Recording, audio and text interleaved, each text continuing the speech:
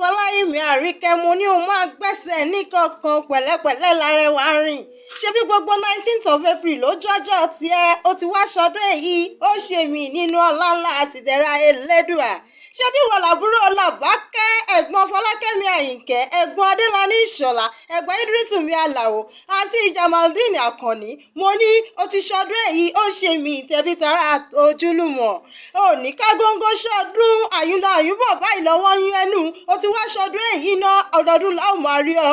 Òní kú ní kékeré wàá tẹ̀lé ìpẹ́ lọ́lá Elédùà. Ṣebí wọ́n lọ́mọ wọn nípínlẹ̀ Ògùn ọmọ aládọ́mọró ni wọ́n ṣe.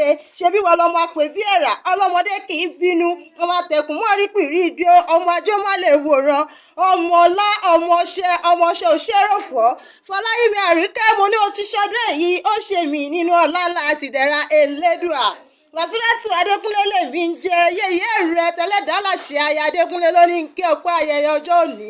Wọ́n ní òní kún kékeré o wàá gbáyé ṣe rere pé o sì ní ṣàṣe.